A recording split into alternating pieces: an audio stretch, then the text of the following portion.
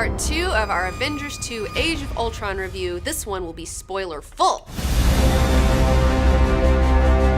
I tried to create a suit of armor around the world, but I created something terrible. Artificial intelligence. It's called the Ultron program. I'm sick of watching people pay for our mistakes. But by now, everyone's seen the movie, so it's fine. So let's do it. Let's get into it. So tell me about some of the parts that you really liked in the Avengers Age of Ultron. Yeah, whosoever be he worthy shall have the power. Whatever, man. It's a trick. If I lift it, do I get to rule Asgard? Yes, of course. I will be fair but firmly cruel. Okay, so in the party when they're all testing out Thor's hammer, that was like a really funny scene. I really liked that scene. But the best part was when Captain America went to his turn to do it, and it budges like the tiniest. Like the tiniest Thor's bit. acting in that scene was hilarious. Oh my gosh, I loved it. Like, cause you see like through the arm, and you see like Thor, and he just like is like ha ha ha. And then when he does that budget, he's like ha ha ha, and like goes into the nervous laughter. That was so good. The Thor's hammer jokes were fucking fantastic. It paid off in the end when Vision finally was able to lift the hammer. Yeah, that was really cool when Vision lifted the hammer. So those jokes really paid off to Yeah. an even more impactful shot in the end. Well, yeah, and that's like such an easy way to prove that Ultron, or to prove that the Vision is not an asshole. Like Ultron would be able to lift it. Fun fact: Storm of the X-Men has been able to lift the hammer. Just Oh, really? Just saying that out Who there. else can lift the hammer? Beta Ray Bill, which I can't imagine that I'll ever see Beta Ray Bill on the big screen, but I would love it. He is a weird horse-looking robot alien from a planet that's gone now. He's It's the last of possible. his race. Possible. Yeah. Maybe we'll see Beta Ray Bill in Thor 3. Maybe. I mean, that would be dope. I'd be really down. But he'd also be good in Guardians of the Galaxy because he I does heard weird space stuff. there was a teaser to Beta Ray Bill in Guardians of the Galaxy, actually. Yeah. Maybe in one of those vases, some kind of artifact. Maybe. I don't know. I missed that. But if it was, that'd be awesome because I love that character. Making fun of Captain America for language, that was really funny. How about that Hulkbuster scene, huh? All right, everybody, stand down. You listen to me? I love the Hulkbuster scene, although I wish that it had not happened at the tail end of another crazy scene because I was already kind of like tired from that scene, and then we go into this other crazy scene. That's true. It did feel like it was being stepped on by the It other was being scene. a little stepped on, but it was fantastic. I loved it when Tony Stark was punching him over and over, and he's like, sleep, sleep, sleep, sleep, go to sleep, go to sleep, go to sleep. That was like the best. Like I loved That was hilarious. I love that the Hulk is like Tony Stark's bad dog. That like he's like the bad dog just running amok, and he's like, oh sorry, he's like this fucking like sad pet owner who's just like, no, I'm sorry, he's normally not like this. You could tell that he did love his friend in there. Yeah. He had built all this stuff just in case, just to fucking contain him if shit got out of hand. Oh, and how cool was it that there was a flying satellite that shot down new parts when he broke his arm? Yeah, that was pretty That was cool. a great idea. That was pretty cool. That was really well done. I really enjoyed the Hulkbuster scene And a the lot. little containment thing that started the whole thing off that contained the Hulk. Oh the yeah, cage. although you gotta have a floor in that thing because I knew he was just gonna punch it out at the bottom. I was like, come on, dude, like he's gonna punch it out. Like, don't put a floor in that bitch. But whatever. Yeah, but that was a great scene overall. A lot of fun stuff. Yeah, that was going through the building. That was also always really exciting and really fun. And I loved it how fucked up the Hulk looked in that scene. Like he looked like he was really pissed. Like the way they did his eyes. They made him like he's all dark, like he's been on a fucking 3-day bender or something. Yeah, when he spit his tooth out. Oh yeah, and then Tony Stark was like, I'm sorry. Absolutely. Speaking of Hulk, so what's the deal? Where did the Hulk go in the end? The last part, you just see him on a plane flying away. I assume that he's just gonna go into hiding again because he's going through the same old bullshit. But I've heard rumors about them thinking about doing a Planet Hulk movie, which would actually make sense. The rumor was actually that people thought that at the end of this movie they were going to shoot him into space to get rid of him. Yeah, and that really got me thinking about like he a lot of times in the movie they bring up the theme of being a monster, of embracing your dark side, as it were.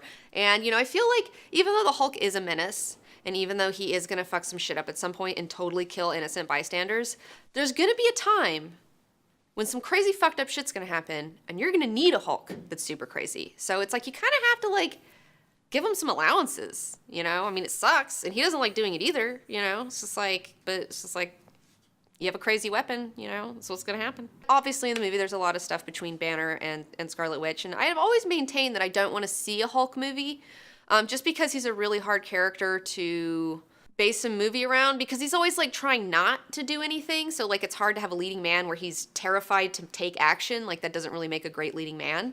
But the idea of a Black Widow and Hulk movie was kind of cool. I was like, I don't know, I can watch that. But Planet Hulk would be really cool because in Planet Hulk he like kind of gets rid of Banner altogether and like just is hulked out like all the time and becomes this crazy gladiator and saves a planet and becomes like the king of the planet. It's like super awesome. So is that true? Because in the end, you did see him just as the Hulk, where he seemed to be thinking about himself and sad. Yeah, the evolution of the Hulk. You know, I mean.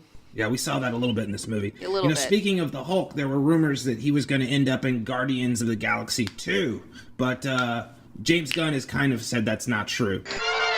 And then Scarlet Witch, she's got telekinesis, she can move things, and she can get inside your head so that all your worst fears or doubts come to the fore. Maximoff, girl, she's working you, Stark. What about Scarlet Witch? You know the comic book character very well, but how about this? Well, okay, so Scarlet Witch, she's a tough one, okay, because she's got like weird hex powers and like reality bending stuff that's really hard to explain, okay? So they didn't even try. They just kind of was like, yeah, she can mentally manipulate people and like energy blasts or something. And I mean, although I like the way she looked, and when she first uses her powers, when you first see her, they do this really cool like cutting where she like looks like a horror movie person. And I thought that was so fucking cool. I was like, oh, that's so awesome. And then they didn't do it at all for the rest of the film. And I was like, fuck. And then by the end of the film, she turned into Jean Grey, and she just had like crazy telekinetic powers. Scarlet Witch. Maybe you should tell people what Scarlet Witch's powers actually are in the comic book, because it's kind of vague in this movie. Well, I mean, it's hard to explain at any time. Her powers are reality-bending powers where she can change and warp realities for people, for the world, it's like really bizarro. It's like I said, it's really sticky stuff, hard to talk about. Also, she's got hex powers, like she can like hex you and like fuck your shit up, you know. She's got magical stuff going on. So would you say she's an Omega level mutant? She's on the borderline if she's not considered one. I'm not entirely sure if she's considered Omega level, but she can definitely fuck shit up. And she has before, and she will again. And she's also been a villain, and she's also been a good guy, and they also did that in this, which was fun. But like I said, at the end, I feel like Joss Whedon just really turned her into more of a dark Russian Jean Grey. So let's talk about Wakanda, because we saw that featured in a Marvel movie for the first time. Tell me about Wakanda and Vibranium. Okay, so Wakanda is a nation in Africa. Black Panther is the ruler of said nation. This ruler is also very technologically advanced, mostly because it is one of the only places in the world where vibranium is found. Vibranium is a meteoric ore, and it's like this really crazy metal that like absorbs like vibration energies or something. It's not as strong or dense as adamantium, but like you can make like clothes out of it and stuff. So that's cool. So it is essentially an alien metal, though. Yeah, it's like a space metal. Yeah. Well, I thought it was really cool. We didn't get to see Black Panther yet. Yeah, no, we didn't see any Black Panther, although we did see Andy Serkis, who might be Claw, who might be the villain for Black Panther. I don't know. Yeah. I don't read these. I don't read these things. I know these is like I don't keep up with it, but that might be a thing that somebody I heard accidentally. Yeah, but they set that up though. They at least set it up. You know, fun fact about Claw. What's that? So one time Dazzler was fighting Claw, and she absorbs sound, and Claw is made of sound, so she accidentally absorbed him and killed him, and then she was put on trial for it. So are you saying that you think you're going to get to see Dazzler in the Black Panther movie? You know, I did mention to Joss Whedon that I'm ready to play Dazzler, so I also planted that seed while I was at the red carpet. Oh, so you're just practically writing the movies at this point, aren't you? So hopefully he'll make the right decision, and maybe after the Black Panther movie. I love that you are using your power to get on the red carpet for the right reasons. To ask the hard-hitting questions. Abusing my power. Well, the whole problem with our red carpet this time around was that I wasn't able to see the movie before we did the red carpet, which makes it infinitely harder to ask good questions. So you just asked fluff questions? So I just ask weird questions. I don't know. Is that why you've come? To end the Avengers? I've come to save the world. But also, yeah. All right, so maybe we should move on to talk about some criticisms, because, Okay. the movie's not perfect, and Joss Whedon himself admitted the movie's not perfect. Well, no in movie some is. interviews. So, No, I mean... True, but I think he was addressing the fact that, people are going to look at this movie and realize it's not the same movie as Avengers 1, and you don't get the same sensation of satisfaction when it's over. Well, this movie in particular is this is the first time, just like the Avengers was the first time we've seen, a team-up movie. This is, another first where it's okay, so we have the origin, they're together, now let's see them just doing it and being the Avengers, and that's the first time that's ever happened in a movie. So we're on new territory. No one's ever done anything like this before. I mean, no movie has ever done anything like this. No franchise has ever done anything like this. So, and Joss Whedon, I think, really pushed himself to see just how much he could do in this film. And I feel like he found the line. I feel like he did a little bit too much, and now I hope for the next one he learns to pull back a little bit, because even though he made it work and there's so many moving parts, it is a little overwhelming. And I did find myself at the end of the movie, I couldn't remember most of the movie because there's just so much stuff happening all the time that, you totally forget about all the stuff that happens, because when one cool thing happens, it's 10 other fucking crazy things happen right after it, and it gets a little difficult to keep agree. up with. The movie for me felt like it was just a middle. It started in the middle of a movie, and you felt like you're in the middle the whole time and never a beginning or an end. Yeah, I really agree with that statement. There were maybe too many characters to really enjoy everything that was going on. Everyone didn't really have time to breathe. Yeah. You agree with that? Yeah, I agree with that. I mean, I don't know how they would have had time. The only way is to just take stuff out of it. But I can agree with that situation. I mean, he did try, and he did have every character have interactions and have moments. But all those characters, they just, obviously they have small moments, and, you don't get to do a lot with them. I will say my biggest criticism for Avengers 2 is the villain. And this is something that Marvel's had a hard time with in general, is just finding a good villain. And I just felt like Ultron, I have a few qualms with him. He was so human. Ultron was so human and flawed, and he was making jokes. Making jokes all the time, and all this stuff. So I didn't really get the robotic aspect of him.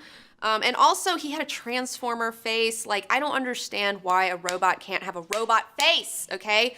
Why do they make metal faces into human faces where they have 100 different moving parts and they move like a regular face and they have teeth and shit? Why would a robot have teeth? They wouldn't have teeth. It's thought that the fact that they have lips helps them to emote better, so the viewer can understand what they're thinking and feeling. No.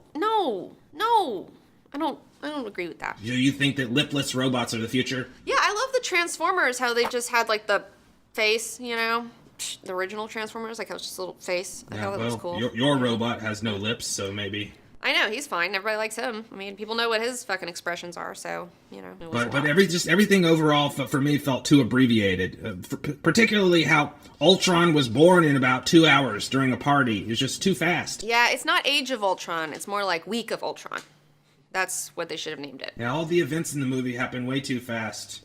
Yeah, I feel like this movie could have been split up into 2 movies, very easily. It's a big story. It is a big story. I heard the first cut was 3.5 hours long, which I would be I wish I could see that, but. We can tear them apart. From the inside. But I did get to talk to Joss Whedon, and I accidentally stepped on, with my weird question, the kind of what's wrong with the movie. The quintessential question. The quintessential question, which was totally by accident. Are there any characters in particular you didn't get to do as much with as you want to, and maybe next time around? Yeah, I did a lot. I'm not gonna lie. With everybody. I asked him about how hard it was to, juggle all these different characters, having new characters come in, and who he didn't get to have more screen time with, like who he didn't get to have more fun with. And, you know, I asked him, like, who kind of got left behind. And he said that he did a lot and that nobody really got left behind. And after seeing the movie, yes, his reaction is like, yeah, he did do a lot. Yeah, I think you could maybe too much. You could read from his face. He looked a little exhausted. Yeah, he did look really exhausted. And I fucking understand get it. Yeah, I fucking get it. Like, I can't, like, he did do a lot. He is the perfect person for this job. Like, I don't think that there's another director who could pull off the crazy shit that he's pulling off. Yeah, and he did. And like I said, he found the line. Like, I think that he really pushed himself because as most fucking geniuses are, they get bored and they want to push themselves and, like, do something that's super crazy, you know? Like, they want to see how fucking hard they can go. And I feel like with this, he really did push himself and did do, like, a crazy I think he may have pushed himself right up to the line, a little bit over the line. He crossed the line a little bit. But, you know, I have faith that he will, you know, it's a learning process. Like, even though Joss Whedon is at the top of his game, and even though he's a motherfucking genius, you know, it's like everybody still has stuff to learn. You know, this is the first time anyone's ever done something like this. Is so uncharted. He's still learning. This is uncharted territory. Completely uncharted making territory. Making a sequel to a team of superhero movie. And I honestly don't believe that any other director in Hollywood could pull this off. I don't. Because, like, I just watched this really amazing documentary on Netflix called Showrunners, where it talks about people who are showrunners. They essentially make shows, and they're the point man on everything. And there was this one really funny part where these two showrunners were talking about how they're like, there's no way that you can run more than one show. They're just like, that's crazy. And then it cuts to Joss Whedon. He's like, when I was running 3 shows, you know, it's like that guy is just like a freak of nature. Oh, yeah, when he was doing what? Angel, Buffy, and Firefly. Yeah. And I was like, fuck, man. Like, nobody does that. But he does, and he fucking pulled it off, even though season 4 of Angel did suffer because of that. It did suffer. I'm not going to lie to you, but whatever. You know, yeah, Joss Whedon, he's a genius for sure. Oh, dude, he's a total genius. He's a fucking mastermind. Yeah, I did a lot. I'm not gonna lie.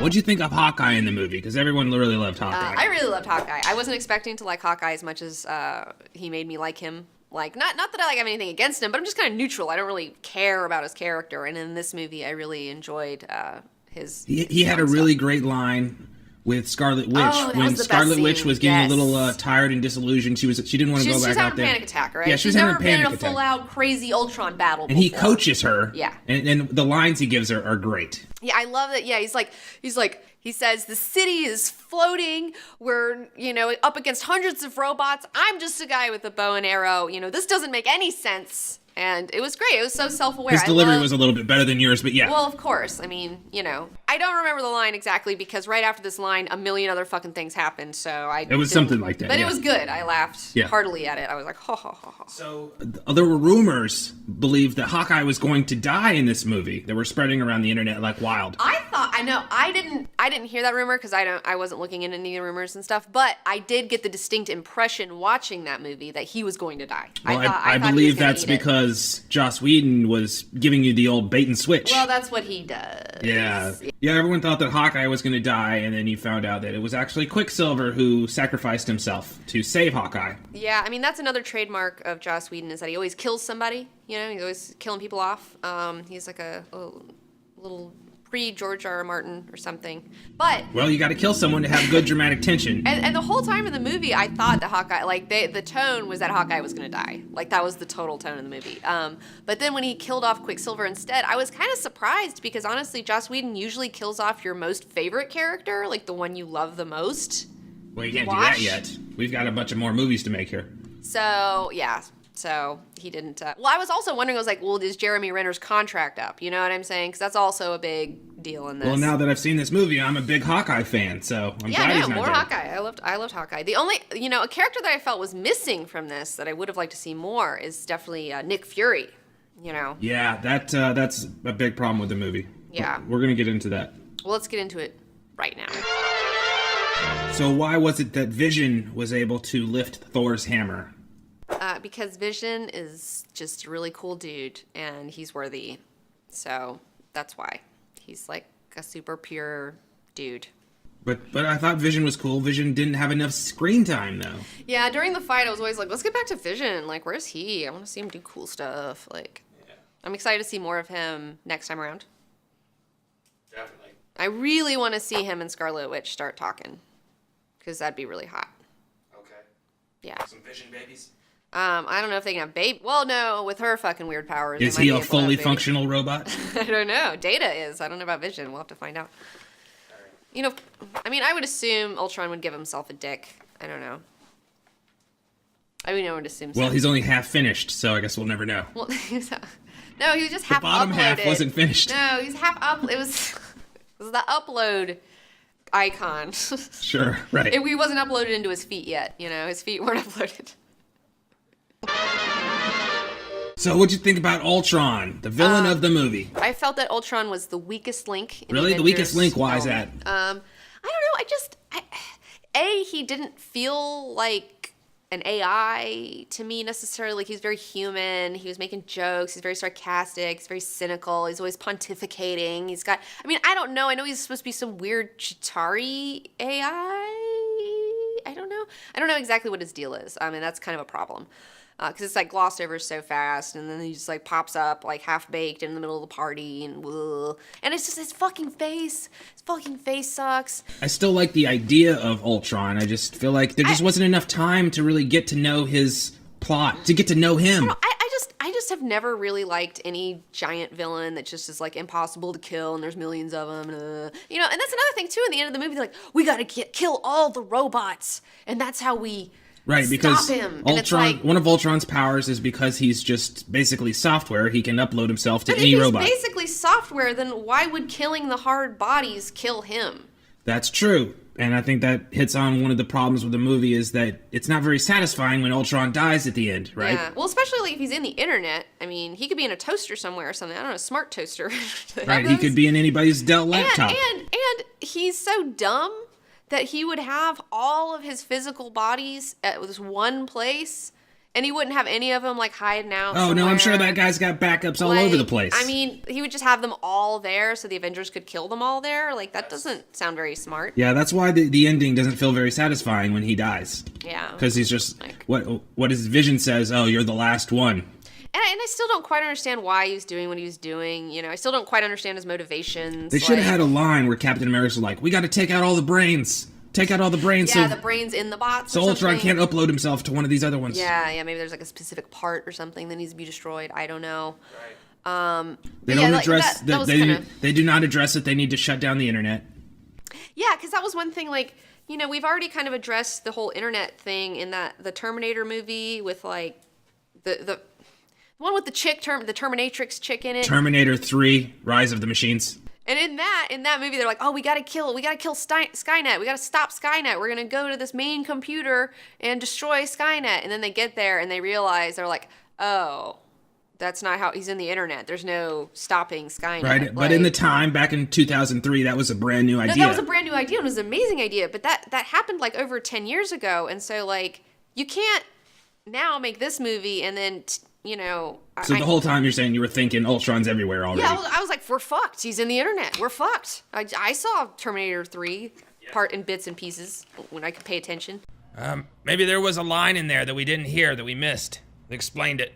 I guess. I mean, was he going to start humans over, or was he going to make techno-organic humans, or just like make a bunch of hymns running around? What's he going to do when he does take over? What's he going to do when he does take over?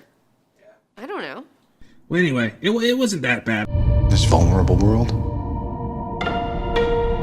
needs something more powerful than any of us. Everyone creates the thing they dread. Ultron in the flesh. I feel like thematically, Ultron was a really great idea. I love, you know, obviously in any story, the hero creates the villain creates the hero, one of those two. And so you have, you know, in the first film, you have Loki, who's kind of like the dark side of Thor. Like, he's a product of like being around Thor, and he's jealous of him because Thor has such great hair. Because Thor is a god. He's so awesome. Well, he's got great hair. I think that's really what it boils down to. But, he's jealous of that? Yeah. But in this one, you have, Tony Stark, and we see his dark side, and his dark side is what produces the ultimate villain in this movie. Which is that he's arrogant and chauvinistic and stuff. Yeah. Well, and it's also the fact that, like, I really enjoyed the scene where him and Captain America are talking, and he's like, he's defending himself to Captain America, saying that, like, well, the point of Ultron is so we can all go home and we can stop fighting and all this stuff. And then I love that Captain America is like, anytime someone tries to stop a war before it starts, it usually, like, it's really fucking terrible and worse than what it would have been, And, like, that's something, too, I felt like I wish they had explored more with Captain America, is, like, they talked about, like, well, what's your dark side? Like, what's your whatever? Right, because he's the all-American Boy Scout. Yeah, and I did kind of like the fact that when Scarlet Witch gets in his brain and his greatest fear is being alone. But I feel like the reason that he was able to, because you see him and he's, like, in that weird party, and then she's like, let's go home, and then, like, all of a sudden he's by himself. But the thing is, he lives that, like, every day. Like, his greatest fear, he lives it every day. Hence why he was able to recover faster than some of the other ones, because he already is, like, confronted with his greatest fear. He's already confronted it. So if you've already confronted it, it's, like, not going to fuck you up Well, they that also bad. did address the fact that, because he is basically a soldier, he doesn't have anything to do unless there is a war. Yeah, and that's the thing that I wish they had explored. And I wish that had been his fear of, like, instead of him being alone. Yeah, he says he wants peace, but... Yeah, I wish his fear was that he realizes that he's lying to himself when he says he fights for peace. It's like, no, you fight because you're good at fighting. You're not fighting for peace to stop fighting. Like, that doesn't... It is a problem. It's a problem. And I like the idea that, that he doesn't know what to do with himself without a war, and how that means that he subconsciously would want a war happening at all times, which would be, that would be a fucking contention, within his character. That would be really interesting. But yeah, that's not the direction they went with it, which is fine. The thing that they did worked too, Wasn't necessarily as compelling, though. I felt like it could be more tension. But I also did like that, that Captain America understands that wars are cyclical, and that, like, sometimes they, like, have to happen. They come around, you have to fight, and then it's done. And you have another fight, and then it's done. It's like, okay, I like the cyclical aspect of it, because it's like he's not worried about there ever not being another war, because he knows that that's just how humans are. Like, he knows that there's always going to be a fight, because that's what we do. Let's talk about more of the criticisms of the movie. Besides the fact that Ultron wasn't maybe the strongest character, the strongest villain of all time, I felt like I really missed Nick Fury in this movie. We missed the sort of the team leader. What do you think? Yeah, I feel like, I've always said this. I've said this before, is explaining my feelings of X-Men and Avengers, okay? I gravitate towards X-Men because the X-Men are a school and a family, all right? The Avengers are a football team, all right? I'm not a big football person, more of a learner person. So I've always recognized them as a football team. And, like, Nick Fury in the movies has always been their coach, okay? And if you look at Avengers 1, I mean, it's essentially a sports movie from the 80s where, like, you got the old coach and he's trying to get the ragtag team of unlikely misfits together to, come together and win the game at the end of the fucking thing. Against the team that always wins. Yeah. The evil team that always against wins. the evil Cobra Kai, whatever team. You're right, it is a sports movie formula. It's definitely a sports movie formula. And the thing is like with sports movies, it's just as much about the coach as it is the players. And in this movie, you have the sports team, but you don't have the coach. You do not see him until You're the very right. end. And, you kind of need that guy to, he's like the glue that kind of bonds them together, I mean, the X-Men have Professor X, I think that's a really good point. So that's why we missed Nick Fury and S.H.I.E.L.D. so much. It was a team without a coach. Yes. Yes. And I get it. I mean, he's off. There's no more S.H.I.E.L.D. They have to do the Hydra thing. He's trying to take care of Hydra stuff.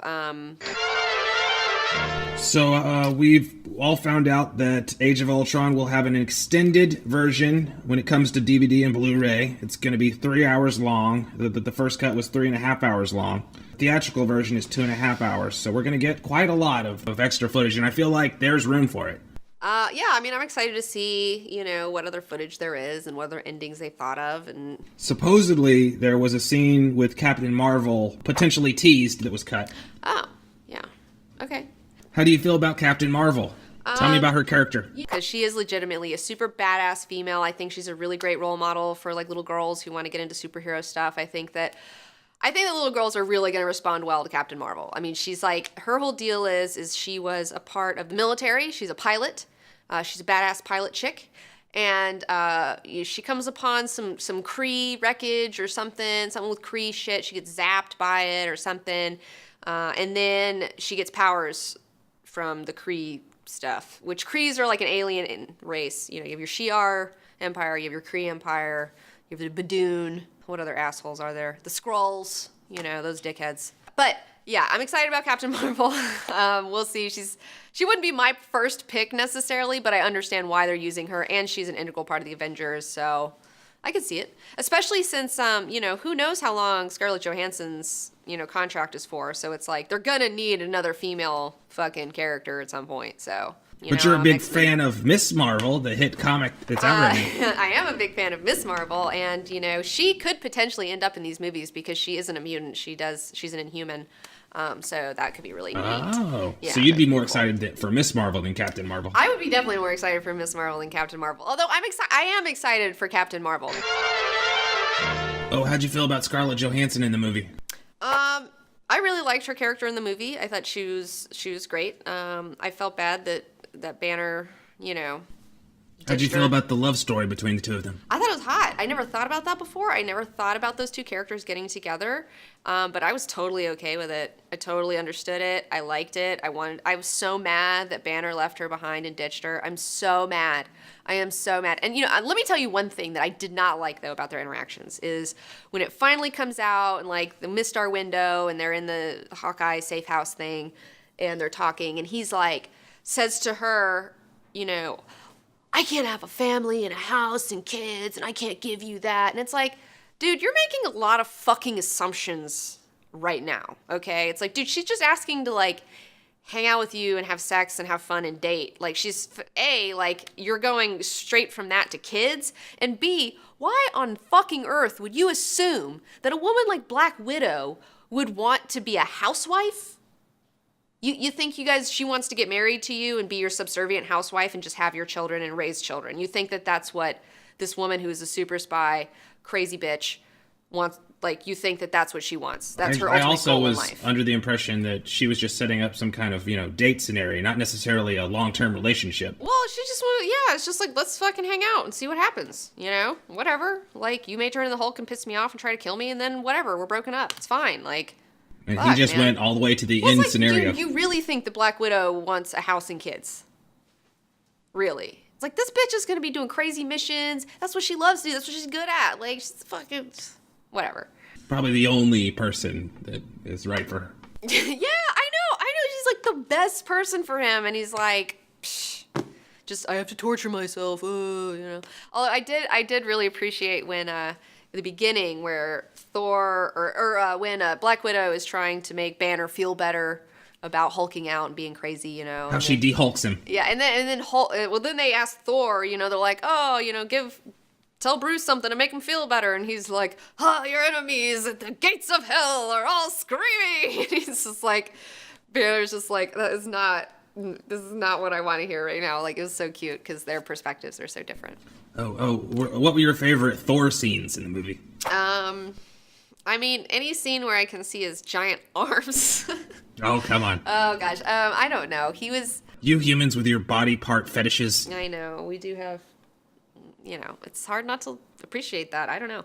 I don't know. I think my favorite Thor moment was when they're at the party and he's talking about this. He has like a flask with some crazy Asgardian ale in it that'll like fuck your shit up. Oh, the Stan Lee cameo. Yeah, and then Stan Lee's cameo was in there, and that was my favorite Stan Lee cameo thus far. It was just Speaking of Stan Lee, you got an exclusive Stan Lee moment with James Gunn on the red carpet. I did. They fucking roll that footage. How are you? Thank you for making me famous. Yeah, you weren't famous at all before me. That movie of yours was so great. I am so impressive. Well, you know what? Everybody says, without the character of the crazy old man on Xandar, that movie falls apart. And that's what I agree. That's what I found. What's your next movie?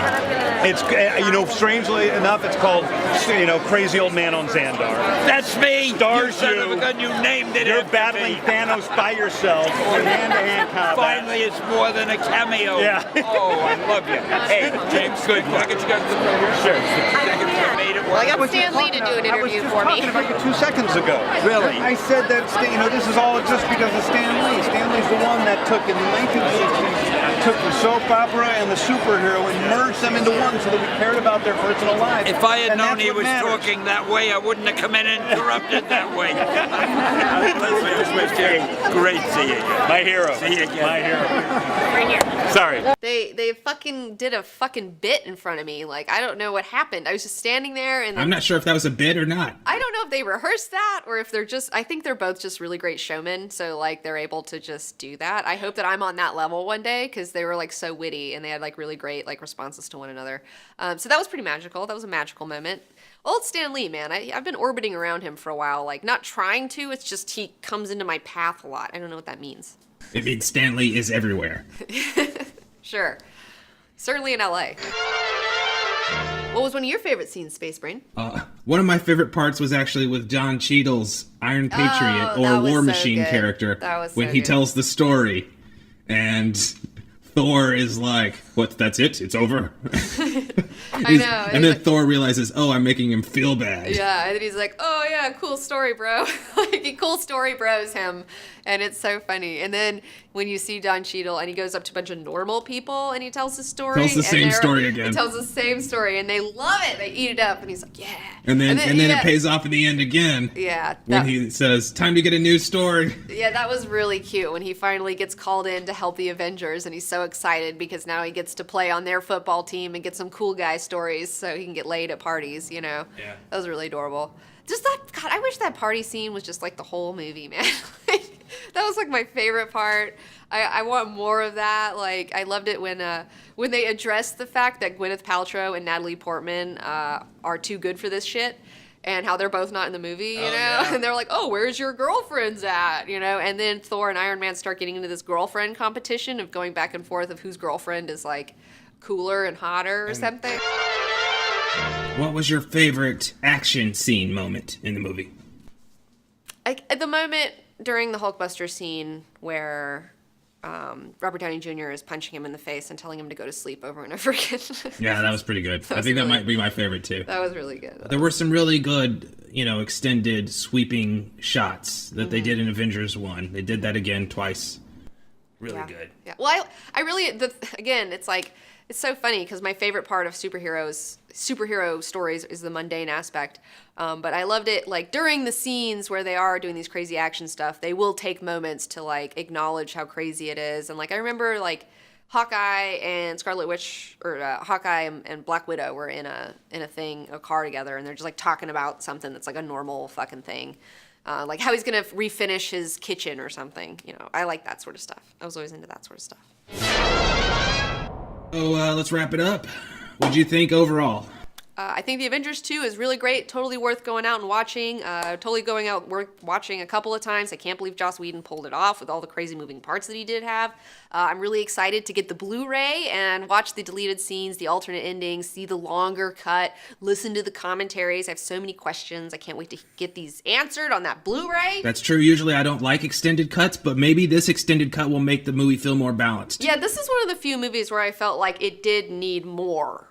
And that's more time. And not more stuff, more time. Yeah, more time with the stuff that it had, And I usually am like, God, cut 30 minutes out of a fucking movie. There's so many, like every other movie needs to have 30 minutes cut out of it. But this one could totally have another fucking hour and it'd probably be better. Would you like to go see Avengers Age of Ultron again now? Yeah, I'll go see it again. I'm also going to go see Ex Machina coming up. I'm going to do that.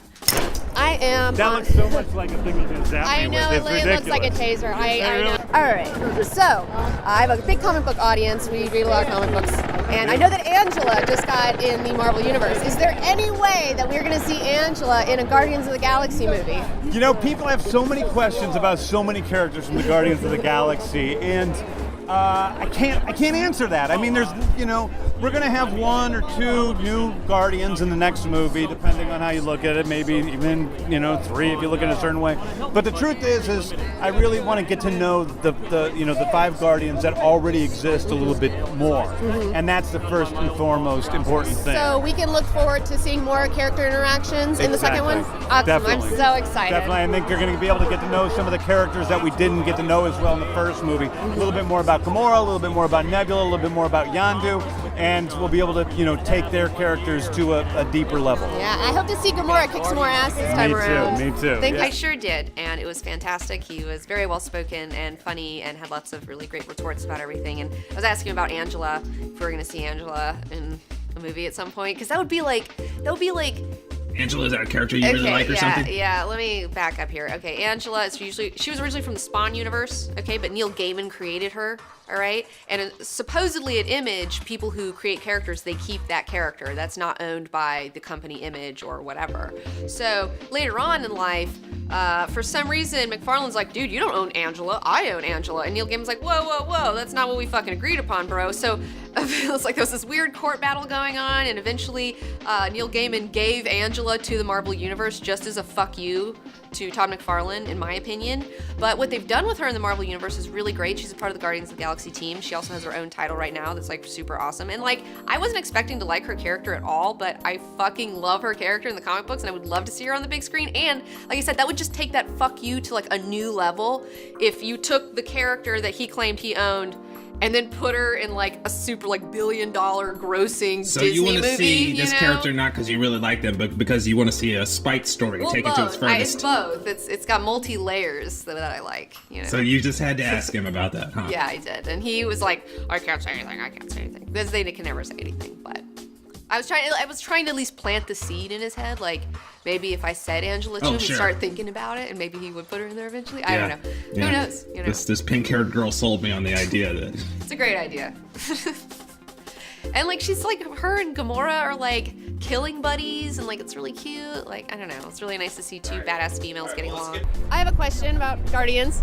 So in the movie, when Star-Lord gives Yondu the orb, and he does the old switcheroo. Did Yondu know that it was like the wrong orb, and he just like let him do it because he loves him like a son? You know he did. Aww. You know he did, because when he opened it, you knew. Why would he open it? I mean, come on, Yondu's not that dumb. He's not going to open it and knowing that he's going to get it, blown into pieces. Are we going to see any more interactions with Star-Lord and Yondu coming up in Galaxy 2? See some more between those two? I should hope so. Me too. What are you looking forward to it? I very much am. Who else would you like to see Yondu have a bit more interaction? Gamora. I would like to see them get into it. Yeah. Get into it? Yeah, like I can see them. Well, I thought you were going to say get it on or something. Either one, you know. Come on. Well, it's passion either way, fighting, loving, it's the same stuff. Blue and green. Sort of mixed. Analogous. It's good stuff. Absolutely. If Yondu takes on one of the Avengers, who would you rather him take on and fight? I don't think he'd want to take on any of those. Yondu's a very powerful entity, and his weapon of choice is not something to mess with. Let me tell you, that's for sure. All right. Yeah. Thank you. Guys. Robert Downey Jr. I learned that he's like Tony Stark in real life.